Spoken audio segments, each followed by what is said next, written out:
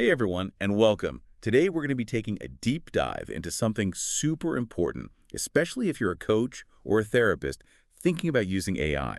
Absolutely. It's all about making sure you're using AI responsibly and legally. Right on. We're talking data privacy, folks. Yeah. All that stuff about protecting your client's information. It might not sound as exciting as, creating personalized meditations with AI, but trust me, it's crucial. No kidding. Nobody wants to end up in a legal mess. Thankfully, we've got some great resources for you today. Oh, awesome. So what are we looking at? What kind of legal stuff do we need to know about? Well, we've got info on some key laws you should be aware of: GDPR, CCPA, HIPAA. Okay, those are some serious acronyms. Like, where do we even begin with all that? Don't worry, it's not as complicated as it sounds. The most important thing to remember is transparency. Transparency, got it.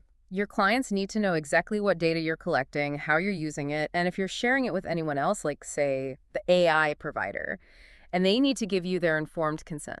Okay, informed consent. So basically, I can't just go collecting data willy-nilly. Exactly. These laws have different scopes depending on where your clients are based. Right, right. Different laws for different places. So, for instance, GDPR, the General Data Protection Regulation, that applies to anyone living in the European Union. So if I'm coaching someone in, let's say, France, GDPR is my go-to, right? You got it. And CCTA, the California Consumer Privacy Act, would be the equivalent for clients based in California. Makes sense.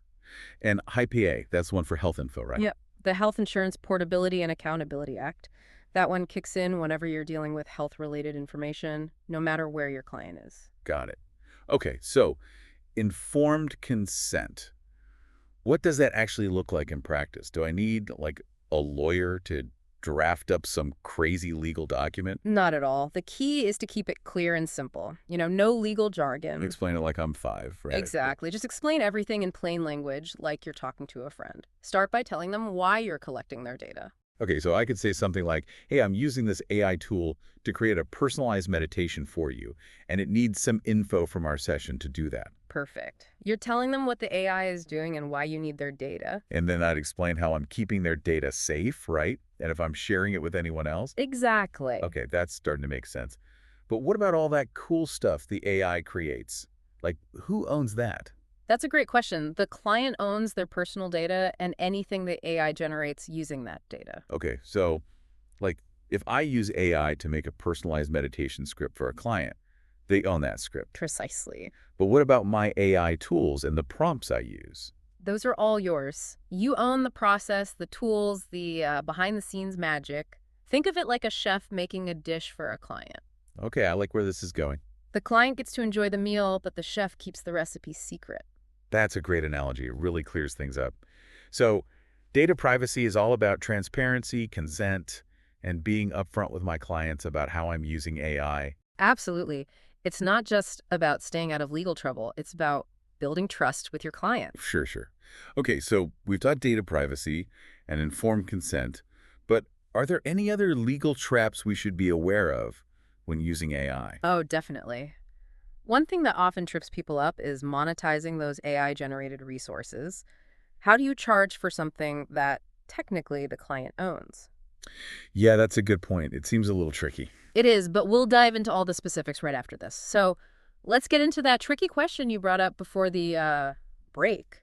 How do you actually charge for those AI-powered services when the client technically owns what the AI creates? Yeah, it's a head scratcher for sure. Fill me in.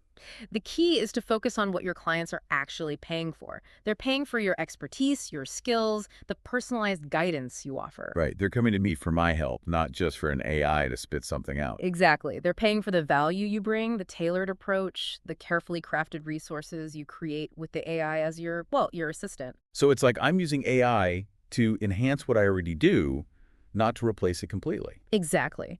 You're not just selling a generic AI product. You're using AI to create something truly unique and valuable for each client. Okay, so let's say I use AI to create a personalized meditation script. I can't just sell that script outright. Right. What you can do is charge for the service of creating that personalized script. You're leveraging the power of AI to deliver a better service. Okay, so I could say, I'm offering a package that includes a personalized meditation crafted by AI just for you, based on our session today. That'll be $100. Exactly. You're outlining the service, you're highlighting the value, and you're setting a price that reflects your expertise and the AI's assistance. This is starting to click. Now, you mentioned other legal things to watch out for besides data privacy, right? What else is there? Oh yeah, tons. One big one is making sure you're staying within your scope of practice, especially when you're using AI tools that might blur the lines a bit. Scope of practice. Okay. What does that mean in the real world? Well, let's say you're a life coach and you're using an AI tool to analyze your client's language, looking for patterns and insights. Cool. So the AI is like my super-powered assistant, helping me understand my clients better. Right. But even if the AI is picking up on emotional cues, you have to remember that you're not a therapist. Right. I wouldn't want to overstep any boundaries. Exactly. You need to stay in your lane, focusing on coaching, empowerment, personal growth. So even though AI can do some pretty amazing stuff, it doesn't suddenly give me new qualifications. Exactly.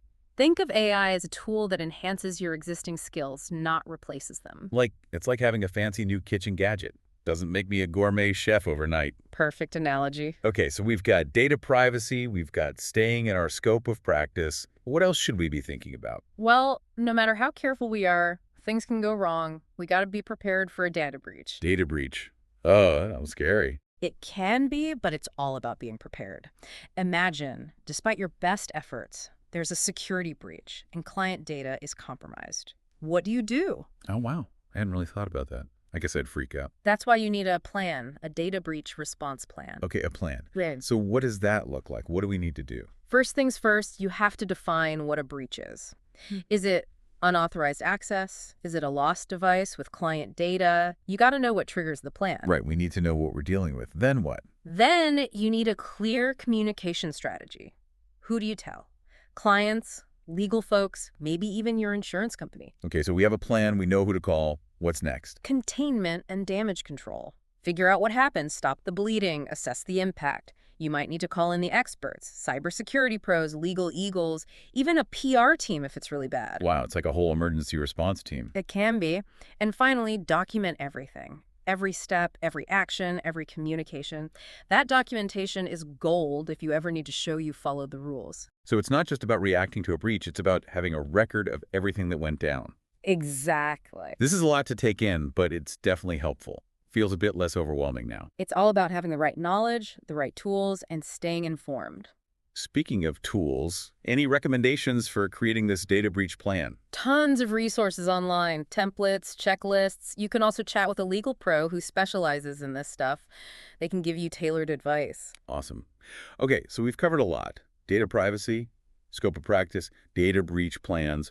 It's a lot, but it seems like being proactive and staying informed is key. You got it. And remember, the AI world is constantly changing, so you got to keep learning and adapting. Now, I've got to ask, with all this talk about the legal and technical stuff, what about the human side of all this? How does AI change the relationship between, coach and client, therapist and patient? That's a great question, and a really important one. AI is a tool. It's powerful, but it's still just a tool. It should never replace that human connection.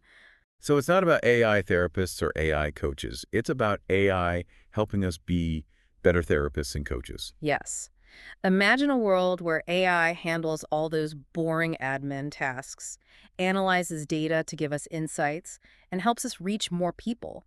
That frees us up to focus on what matters. Building those real connections, those human relationships. Yeah, exactly. Right. That's where the true potential lies. I love that. It's about using AI to amplify human connection, not replace it. Exactly. This has been eye-opening. We've barely scratched the surface here. Definitely just the beginning. The more AI evolves, the more we learn. Okay, before we wrap up, I want to leave our listeners with something to think about.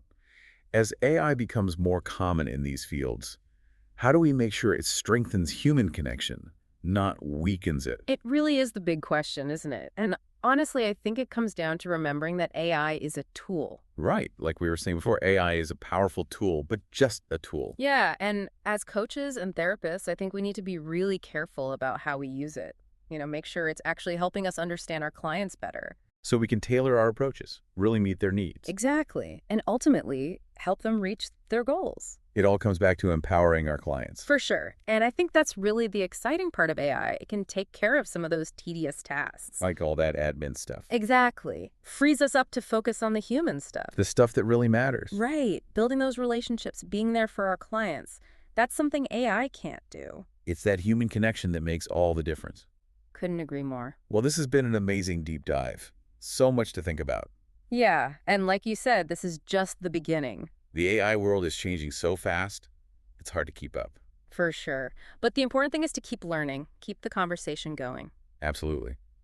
Well, for all our listeners out there, thanks for joining us. We hope this has been helpful. Yeah, and remember, this isn't just about us. We all need to be part of this conversation. Right. Figuring out how to use AI responsibly. Thinking about the ethics, making sure it's a force for good. And most importantly, using it to make the world a better place. Exactly. So keep learning, keep exploring, and keep those conversations going. Until next time, everyone.